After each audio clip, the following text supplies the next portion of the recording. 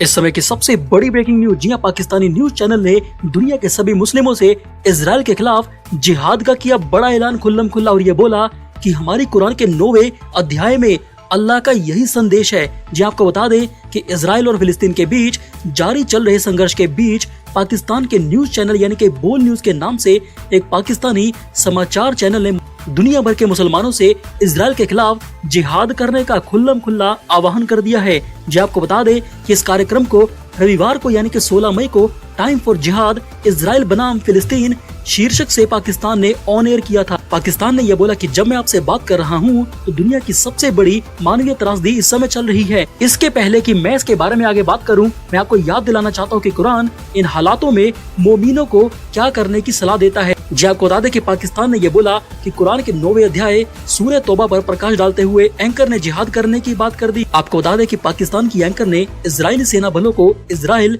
सुरक्षा बल बताने की बजाय उसे यहूदी रक्षा बल कहना चुना। आपको बता दें कि पाकिस्तान के न्यूज चैनल में अपने शो में उसने एक बार भी हमास के हमले की निंदा नहीं की कि कैसे हमास ने इजराइल पर 3000 रॉकेट एक साथ दाग दिए। पाकिस्तान की एंकर ने खेद व्यक्त करते हुए यह बोला कि यहूदी बलों ने अल जजीरा कार्यालय पर हमला किया और ये सब दुनिया भर के मुसलमानों को जिहाद करने के लिए एक जागृत कॉल था, यानी कि पूरी दुनिया के मुसलमानों को अब जिहाद कर देना चाहिए और दुनिया खत्म कर देनी चाहिए। जी आपको बता दें कि पाकिस्तानी न्यूज चैनल यानी कि बोल न्यूज के एंकर ने जो बाइडेन को अमेरिकी राष्ट्रीय अध्यक्ष बताते हुए ये बोला कि संयुक्त राज्य अमेरिका के अध्यक्ष जो बाइडेन ने मुसलमानों के चेहरे पर उसके घोर अमानवीय स्वभाव को प्रदर्शित करते हुए एक जोरदार मुसलमानों के मुंह पर तमाचा मारा है। इससे सभी मुसलमानों को शर्मिंदगी उठानी पड़ी है। जहां को बता दें कि जो बाइडेन ने इजराइल के प्रधानमंत्री को फोन करके ये बोला है कि अपनी सीमा की सुरक्षा करना उसके अधिकार में है। हालांकि उन्होंने ये बोला कि मीडिया संगठनों के कार्यालयों को निशाना नहीं बनाना चाहिए। उसके अनुसार निर्दोष मुस्लिम फिलिस्तीनियों का जीवन कोई मायने नहीं रखता है, ऐसा बोलना है पाकिस्तान का। जी आपको बता दें कि 2 मिलियन से अधिक सब्सक्राइबर के बावजूद पाकिस्तानी न्यूज चैनल का एंकर आतंकवाद, धार्मिक नफरत और नरसंहार का खुला आह्वान करने से पीछे बिल्कुल भी नहीं हटा। जी आपको बता दें कि नूर अल अरफीन ने ऐलान किया कि यहूदी ताकतों के कार्य का बदला हमें लेना चाहिए। मुसलमान किसी भी इंटरनेशनल नियमों से नहीं बंधे हैं, वो कोई भी कानून नहीं मानते हैं।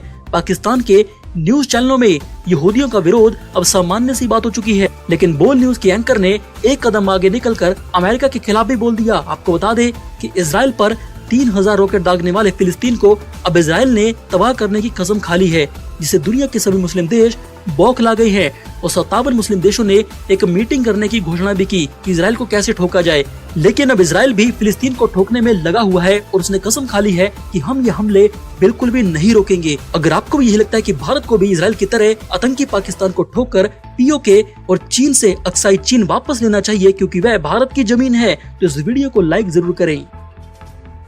चलिए बात करते हैं अगली बड़ी खबर की। जी इस समय की सबसे बड़ी ब्रेकिंग न्यूज तो ये है कि कोरोना के इलाज से हटाई गई अभी डॉक्टरों द्वारा प्लाज्मा थेरेपी। जी आपको बता दें कि एम्स और आईसीएमआर ने जारी की नई गाइडलाइन। जी आपको बता दें कि कोरोना संकट के बीच प्लाज्मा थेरेपी को लेकर भारत की आईसीएमआर और एम्स ने एक बड़ा फैसला लिया है जो कि चौंकाने वाला है और लोग परेशान हुए हैं कि हमें ये गलत थेरेपी क्यों दी गई। जी आपको बता दें कि कोरोना के इलाज से प्लाज्मा थेरेपी इन्होंने हटा दी है। इस संबंध में एम्स और आईसीएमआर की तरफ से नई गाइडलाइन जारी की गई है। आपको बता दें कि इससे पहले कोरोना संबंधी नेशनल टास्क फोर्स की बैठक में भी सभी सदस्य इस पक्ष में थे कि प्लाज्मा थेरेपी को कोरोना इलाज की पद्धति से हटाया जाना चाहिए। उनका ये बोलना था कि कोरोना थेरेपी प्रभावी नहीं है कोरोना के मरीजों में और कई मामलों में इसका अनुचित रूप से इस्तेमाल किया गया है डॉक्टरों द्वारा। अब ये सामने आ चुका है कि प्लाज्मा थेरेपी का कोई भी फायदा नहीं होता है कोरोना मरीज में। आपको बता दें कि प्लाज्मा थेरेपी बेहद महंगी है और इससे लोगों में पैनिक और डर क्रिएट होता है। इसे लेकर हेल्थ केयर सिस्टम पर भी बोझ पड़ा है, जबकि इससे मरीजों को मदद बिल्कुल भी नहीं मिली है जो कोरोना से इन्फेक्टेड थी। आपको बता दें कि डोनर के प्लाज्मा की गुणवत्ता हर समय सुनिश्चित नहीं होती है। प्लाज्मा की एंटीबॉडीज पर्याप्त संख्या में होना जरूरी है, जबकि ये सुनिश्चित नहीं रहता है। आपको बता दें कि देश भर के एक्सपर्ट का ये बोलना है कि इस समय हो रहे रिसर्च में ये बात स्पष्ट हो चुकी है कि कोरोना मरीजों के लिए प्लाज्मा थेरेपी का कोई भी उपयोग नहीं है, ये बिल्कुल बेकार है। इसके बावजूद देश भर के अस्पतालों में इसका तर्कहीन उपयोग किया जा रहा है। अब सवाल तो बड़ा ये है कि मरीजों को ये गलत थेरेपी इन लोगों ने क्यों दी है, जिसका कोई मतलब नहीं है और इससे कोरोना पेशेंट ठीक नहीं होते हैं।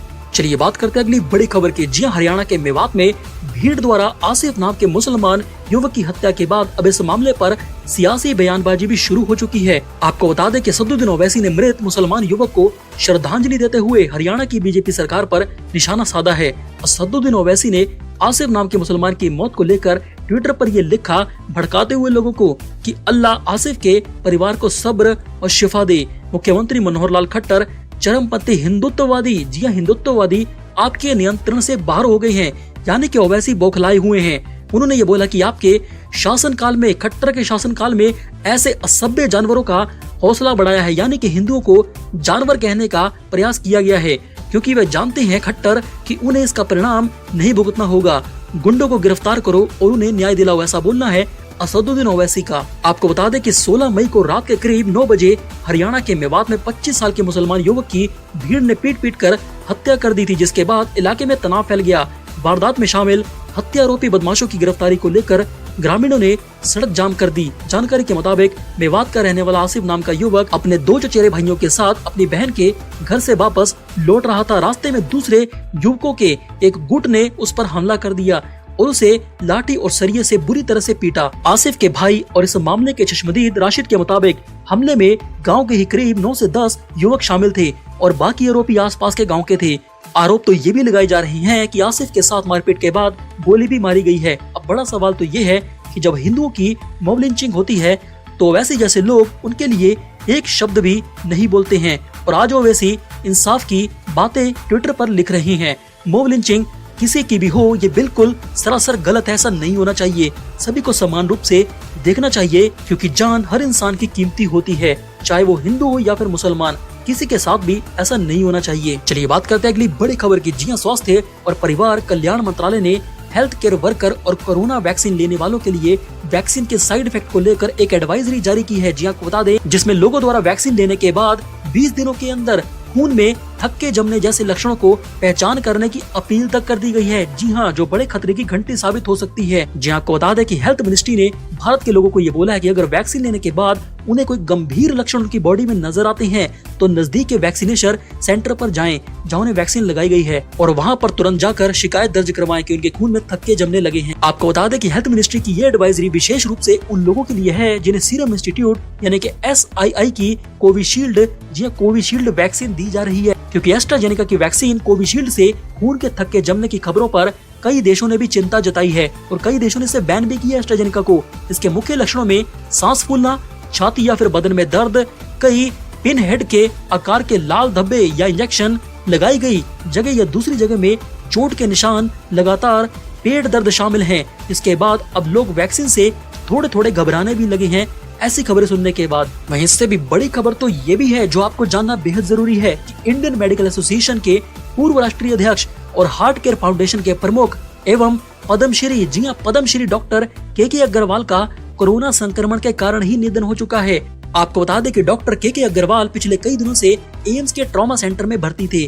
3 दिन पहले ही तबीयत बिगड़ने के चलते उन्हें वेंटिलेटर सपोर्ट पर भी रखा गया था। लेकिन सबसे बड़ी और भयानक चौंकाने वाली बात तो ये है जो आपके लिए जानना बेहद जरूरी है कि KK अग्रवाल ने 2 महीने पहले ही कोरोना वैक्सीन की दोनों खुराकें भी ले ली थी, लेकिन बीते महीने वे कोरोना संक्रमण की चपेट में आ ही गए। अग्रवाल को साल 2010 में पद्मश्री से सम्मानित भी किया गया था, लेकिन इंडियन मेडिकल एसोसिएशन के पूर्व राष्ट्रीय अध्यक्ष और हार्ट केयर फाउंडेशन के प्रमुख पद्मश्री डॉक्टर KK अग्रवाल की 2 कोरोना वैक्सीन टीके लगने के बाद भी कोरोना से मौत के बाद वैक्सीन कोरोना पर कितनी प्रभावी है, इससे सबसे बड़े सवाल अब उठने लगे हैं।